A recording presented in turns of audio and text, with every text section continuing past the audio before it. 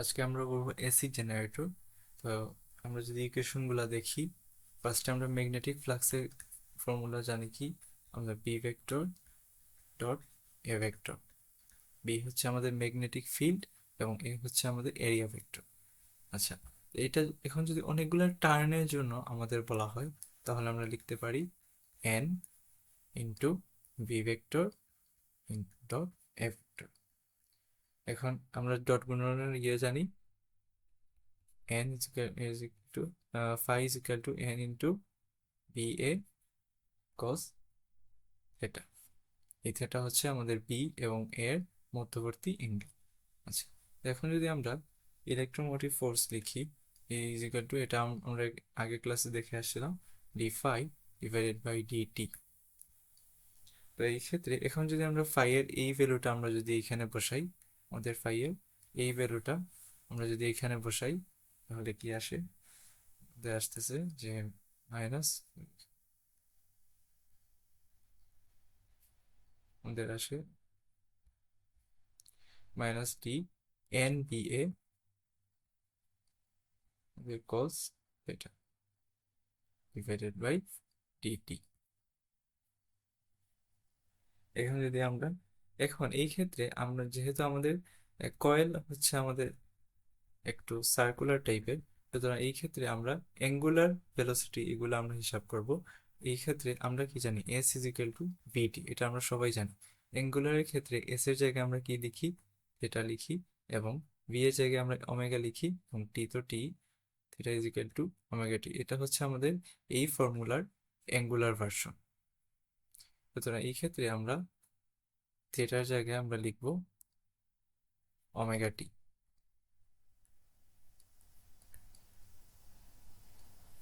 তো এখন এইটাকে যদি আমরা ডিফারেন্সিয়েশন করি টি এর সাপেক্ষে, তাহলে আমরা কি পাই? আমরা জাস্ট মাইনাস, আমরা কি জানি, কজ ওমেগা টি, রাইট? এগুলা কিন্তু কনস্ট্যান্ট থাকবে, এগুলা কনস্ট্যান্ট যেহেতু, এটাকে যদি আমরা ডিফারেন্সিয়েশন করি, এগুলা সামনে চলে আসবে, শুধু এটাই ডিফারেন্সিয়েশন হবে। এবং কজ ওমেগা টিকে আমরা যদি ডিফারেন্সিয়েশন করি, তাহলে কি হবে? সাইন ওমেগা টি হয়ে যাবে, এবং সামনে একটা মাইনাস চলে আসবে। এবং যেহেতু এটা পুরোপুরি টি না, এটা হচ্ছে ওমেগা টি, সুতরাং এটাকে আমরা আবার ডিফারেন্সিয়েশন করব। আবার ডিফারেন্সিয়েশন করলে সেটা কি আসবে? Just omega. সুতরাং সামনে জাস্ট ওমেগা একটা গুণ হবে।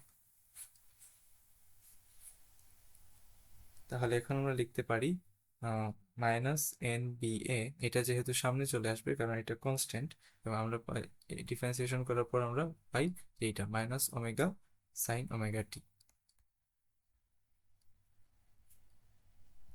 তো এখন আমরা যেহেতু মাইনাস মাইনাস সুতরাং প্লাস হয়ে যাবে, আমরা লিখতে পারি N B A omega sign omega টি।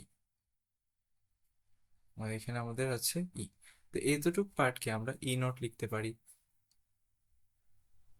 এই দুটো পার্টকে যদি আমরা ই নট লিখি, এবং এটাকে লিখলাম আমরা সাইন ওমেগা টি, যা ছিল এটা ওই এইগুলো, এটা হচ্ছে আমাদের ইলেকট্রোমোটিভ ফোর্স, কিন্তু এইটা দ্বারা আমরা বোঝাচ্ছি ইলেকট্রোমোটিভ ফোর্স। তো এই হচ্ছে আমাদের একটা ইকুয়েশন। এই ক্ষেত্রে ইলেকট্রোমোটিভ ফোর্সের ম্যাক্সিমাম মান কত হবে? যখন আমাদের সাইনের মান ম্যাক্সিমাম হবে, তখনই আমাদের ইলেকট্রোমোটিভ ফোর্সের মান ম্যাক্সিমাম হবে, রাইট? তো আমরা লিখতে পারি ই ম্যাক্স কোন সময় হবে? যখন আমাদের সাইনের মান ম্যাক্সিমাম। তো সাইনের মান যখন ম্যাক্সিমাম হবে, তখন আমাদের সাইনের মান ম্যাক্সিমাম কখন হবে? যখন আমাদের থেটা ইজ ইকুয়াল টু আমাদের 90 ডিগ্রি।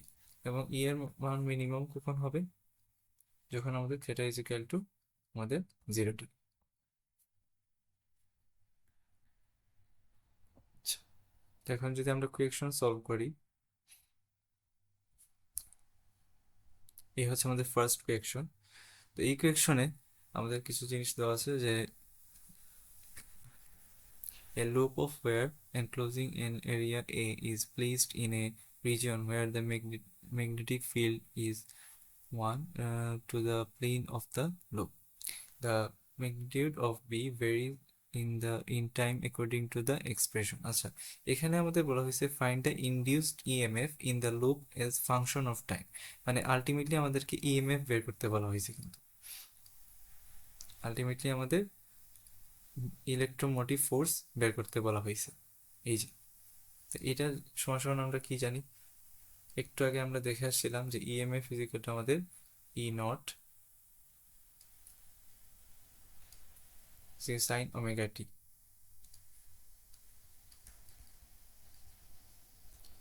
আচ্ছা, তো এইটা একটু আগে দেখে আসছিলাম, এবং তার আগে ক্লাসে আমরা দেখে আসছিলাম যে ই ইজ ইকুয়াল টু আমাদের minus N D phi divided by DT.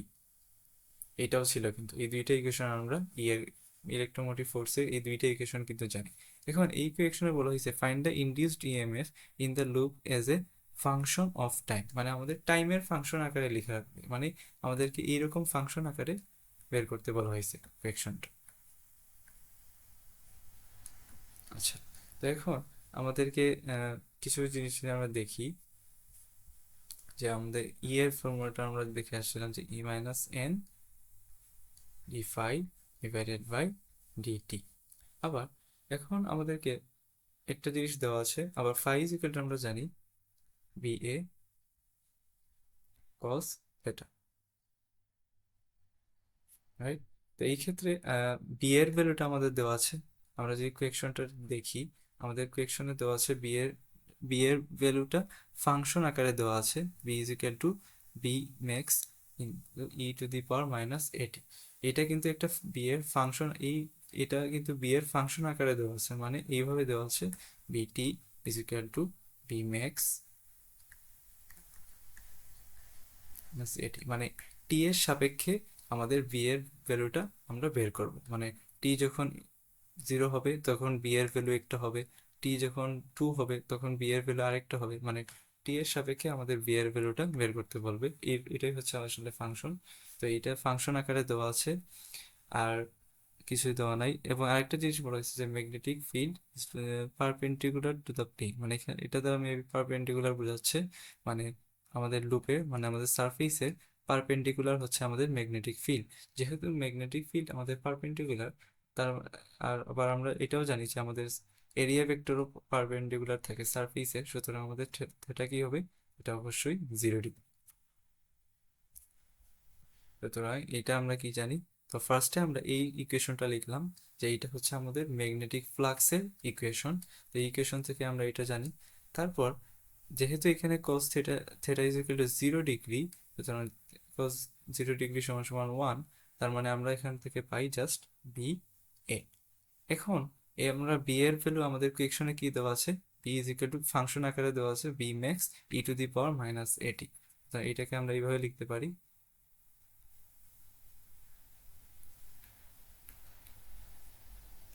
এটি। এবং আমাদের এ এর ভ্যালু দেওয়া আছে এ ইজ সাম কনস্ট্যান্ট। আচ্ছা, এবং এ আমাদের গুণ আকারে থাকবে, মানে এটাকে যদি আমরা সামনে নিয়ে নিই, এই হচ্ছে আমাদের এ। আচ্ছা, তো এখন আমাদের ই এর ইকুয়েশনে যদি আমরা লিখি, আমাদের ফাই এর ভ্যালুটা বসিয়ে দিই, তার মানে আমরা কি পাবো, এ এ হচ্ছে আমাদের ই ফাই এর সমান সমান আমরা কি পাই, ফাই সমান সমান আমরা পাই A B max E to the power minus a t. এ হচ্ছে আমাদের ফাই। এখন আমি ফাই এর ভ্যালুটা যদি আমি এই আমাদের ইয়ার ইকুয়েশনে বসিয়ে দিই, এটা কি ইলেকট্রোমোটিভ ফোর্স, আমাদেরকে তো বের করতে বলছে ইলেকট্রোমোটিভ ফোর্স। সুতরাং আমরা এই ইকুয়েশনে আমি যদি ফাই এর ভ্যালুটা বসিয়ে দিই, তাহলে আমরা পাই,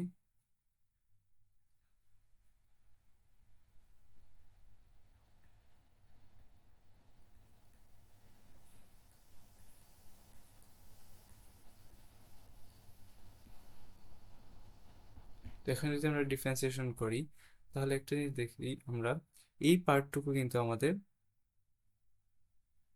এই পার্টটুকু আমাদের কনস্ট্যান্ট থাকবে, সুতরাং এই পার্টটুকু আমাদের সামনে চলে আসবে,